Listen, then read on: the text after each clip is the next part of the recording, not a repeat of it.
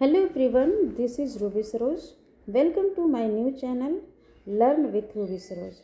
आज मैं आप लोगों के बीच चैप्टर नंबर 26 प्रादेशिक भूगोल से जितने भी इम्पोर्टेंट क्वेश्चन पढ़ रहे हैं लेकर आई हूँ. आइए आप हमारे साथ रिवीजन करिए क्योंकि एग्ज़ाम नज़दीक है, रिवीजन करना ज़रूरी है.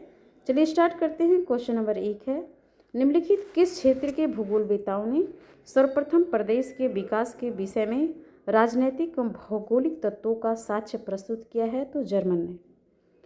किस क्षेत्र के भूगोलवेताओं ने सर्वप्रथम प्रदेश के विकास के विषय में राजनैतिक एवं भौगोलिक तत्वों का साक्ष्य प्रस्तुत किया है? तो जर्मन ने. क्वेश्चन नंबर 2, प्रादेशिक संरचना का उपयोग किया जाता है पृथ्वी सतह पर विद्यमान अत्यधिक विविधता को क्रमबद्ध करने से. प्रादेशिक संरचना का उपयोग किया जाता है पृथ्वी सतह पर विद्यमान अत्यधिक विविधता को क्रमबद्ध करने में. क्वेश्चन नंबर 3, जीवन के भौतिक गुणवत्ता सूचकांक को विकसित करने का श्रेय होता है मॉरिस डेविस. जीवन की भौतिक गुणवत्ता का सूचकांक को विकसित करने का श्रेय किसे दिया जाता है? तो मॉरिस डेविस को. निम्नलिखित में से कौन सा प्रादेशिक असमानता को जन्म देने वाला कारण है? तो कह रहे सभी. भौगोलिक, सांस्कृतिक, राजनीतिक कारण, ये सभी जो है कि प्रादेशिक असमानता को जन्म देने वाला कारण है.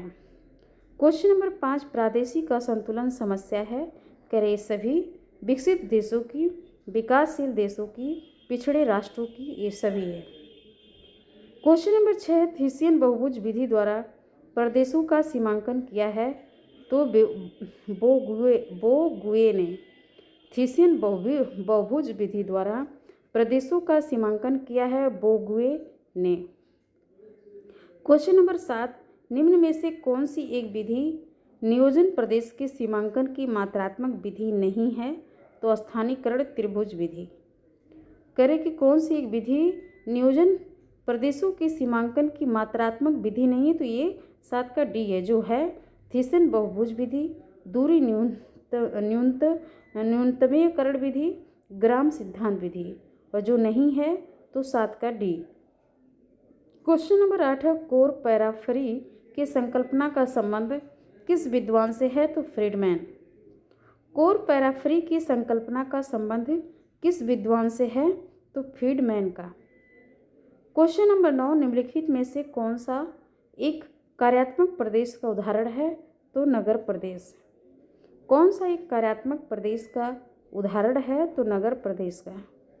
क्वेश्चन नंबर 10 है, विकास की संकल्पना है गत्यात्मक. क्वेश्चन नंबर 11, प्रदेश एक जैविक इकाई है, ये कहा था हार्टसोन ने. प्रदेश एक जैविक इकाई है, ये कहा था हार्टसोन ने. क्वेश्चन नंबर 12 है, एक देश कम विकसित देश से अधिक विकसित स्तर की ओर अग्रसर होता है. एक देश कम विकसित देश से अधिक विकसित स्तर की ओर अग्रसर होता है प्रौद्योगिकी हस्तांतरण द्वारा. क्वेश्चन नंबर 13 है, इनमें से कौन सा प्रादेशिक अवसंरचना का तत्व नहीं है? तो कह रहे हैं नहरें. नहरें जो है कि प्रादेशिक अवसंरचना का तत्व नहीं है.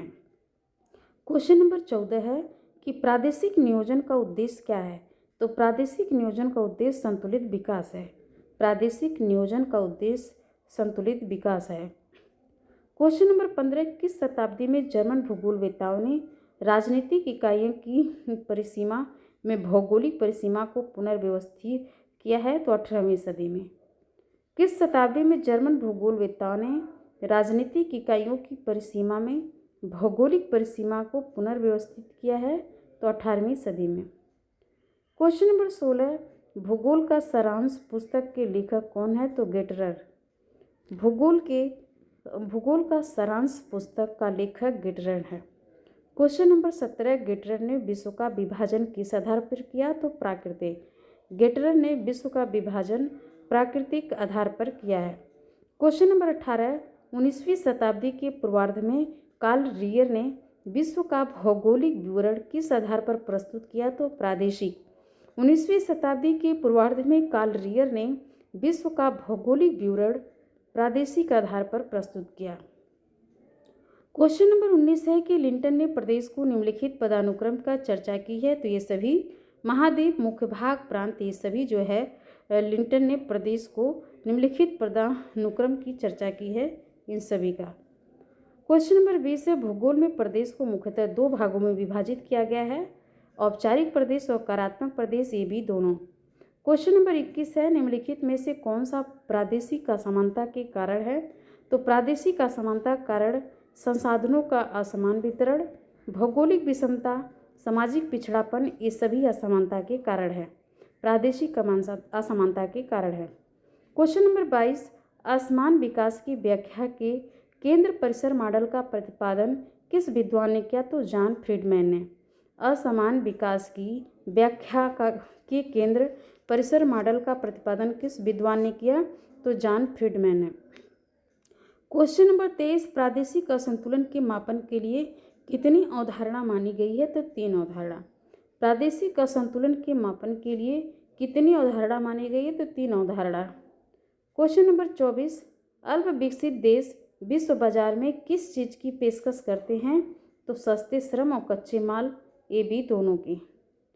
क्वेश्चन नंबर 25, निम्नलिखित में से कौन सी एक सही सुमेलित नहीं है? तो कह रहा है कि 25 का सी सही सुमेलित नहीं है। जो सही सुमेलित है regional development and planning Friedmann तथा ओलेंसो का है। Rich land and poor the road to prosperity Gunnar Myrdal का है। A approach to regional planning B Starberry का है। क्वेश्चन नंबर 26 है कि नियोजन प्रदेश की विशेषताएं क्या है? सीमाओं का लचीलापन, समस्याओं का एकरूपता, प्राकृतिक समसंजन। तो 26 का डी है, 1, 2, 3। क्वेश्चन नंबर 27 है कि भारत में प्रादेशिक विषमताओं के संबंध में निम्न कथनों पर विचार कीजिए। उपरोक्त में से कौन सा कथन सही है? तो कह रहे हैं कि डी, 1, 2, 3। पंजाब एवं केरल के ग्रामीण और नगरीय क्षेत्रों में विषमता कम है। जनजातीय क्षेत्र अभी भी कम विकसित है। आंतरिक भागों की तुलना में तटीय क्षेत्र अधिक विकसित है। तो भारत में प्रादेशिक विषमता के संबंध में विचार कीजिए, कौन सा कथन सही है? तो कह रहे कि पंजाब और केरल के ग्रामीण और नगरीय क्षेत्रों में विषमता कम है। जनजातीय क्षेत्र अभी भी कम विकसित है। आंतरिक भागों की तुलना में तटीय क्षेत्र अधिक विकसित है। इस प्रकार 27 का डी सही है। क्वेश्चन नंबर 28 है, जिसमें मैच करने के लिए दिया है मृत घाटी कहाँ पे है? तो कैलिफोर्निया राज्य में। मृत घाटी कैलिफोर्निया। और एडवर्ड पठार टेक्सास, सोनोरन मरुभूमि एरिजोना, घासी कच्छ द एवलेट्स क्या है? फ्लोरिडा में है। तो इस प्रकार 28 का बी सही है। क्वेश्चन नंबर 29 है, निम्नलिखित कथनों पर विचार कीजिए, कौन सा कथन सही है? तो 29 का ये पहला है, होमेयर ने अपनी पुस्तक रैन ज्योग्राफी वन यूरोप में नदी बेसिनों के अनुसार भौगोलिक विवरण प्रस्तुत किए हैं। होमेर ने अपनी पुस्तक रैन ज्योग्राफी वन यूरोप में नदी बेसिनों के अनुसार भौगोलिक विवरण प्रस्तुत किए हैं। तो 29 का ए पहला है। क्वेश्चन नंबर 30 है, निम्नलिखित कथनों पर विचार कीजिए, कौन सा सही है? तो कह रहे 30 का सी, दूसरा और तीसरा। लिंटन ने 7 पदानुक्रम सब प्रदेश जबकि हिटलिसी ने 4 पदानुक्रम प्रदेश बताए थे। राज्य एक औपचारिक प्रदेश का उदाहरण है, दूसरा और तीसरा। तो 30 का सी सही है। 31 है कि निम्नलिखित कथनों पर विचार कीजिए, कौन सा कथन सही है? कह रहा पहला, दूसरा, तीसरा। पहला है, परियोजनाओं की चयन में तुलनात्मक मूल्य विश्लेषण का स्थान सर्वप्रथम होता है। और पोलैंड के मोलिंज ने 1960 के दशक में दहलीज स्थिति प्रतिपादित किया था। पशुचारक समुदाय अपनी सभी आवश्यकताओं की पूर्ति पशुपालन क्रियाओं तथा उनके उत्पादन द्वारा करते हैं, जबकि मवेशियों के वाणिज्यिक उपयोग द्वारा आर्थिक लाभ प्राप्त करते। पहला, दूसरा, तीसरा तीनों सही है। क्वेश्चन नंबर 32, निम्नलिखित कथनों पर विचार कीजिए। कह रहे केवल दूसरा सही है। प्रादेशिक नियोजन का संवैधानिक आधार भारतीय संविधान के 73वें 74वें संविधान संशोधन में प्रस्तुत किया गया है। तो क्वेश्चन अब यहाँ पे कथन और कारण दिया है। क्वेश्चन नंबर 33 है कि इसमें बी कथन सही है। एक औपचारिक क्षेत्र एक विशिष्ट क्षेत्र है जिसे अर्थशास्त्र, भौतिक गुणों, सांस्कृतिक, सरकार द्वारा परिभाषित किया जाता है। देश, राज्य और शहर औपचारिक क्षेत्र के उदाहरण है। तो ए आर दोनों सही, आर ए का सही व्याख्या नहीं है। क्वेश्चन नंबर 34, हिटलिसी के इसमें 34 का ए सही आर गलत है, तो जो सही उसी को देखते हैं।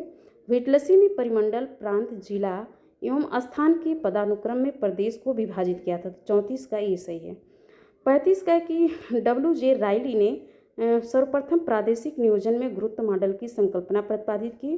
गुरुत्व मॉडल के अनुसार स्थानिक अंतरक्रिया सदैव कुछ सांख्यिकीय प्रकृति तथा संभावना के नियमों का पालन करता है, तो ए आर दोनों सही है, पर आर ए का सही व्याख्या नहीं है। क्वेश्चन नंबर 36 है, मध्य घाटी में कृषि के तीव्रीकरण तथा विविधीकरण के कारण कैलिफोर्निया अमेरिका अग्रणी कृषि उत्पादक राज्य हो गया है। कैलिफोर्निया में सिंचाई का प्रगामी तथा बृहद स्तर पर विस्तार हुआ है, तो इस प्रकार ए आर दोनों सही है, आर ए का सही व्याख्या करता है। तो आज का जो जितने इम्पॉर्टेंट क्वेश्चन थे 36 ही थे, इसको 1-2 बार रिवीजन करते रहेंगे तो याद हो जाएगा। धन्यवाद।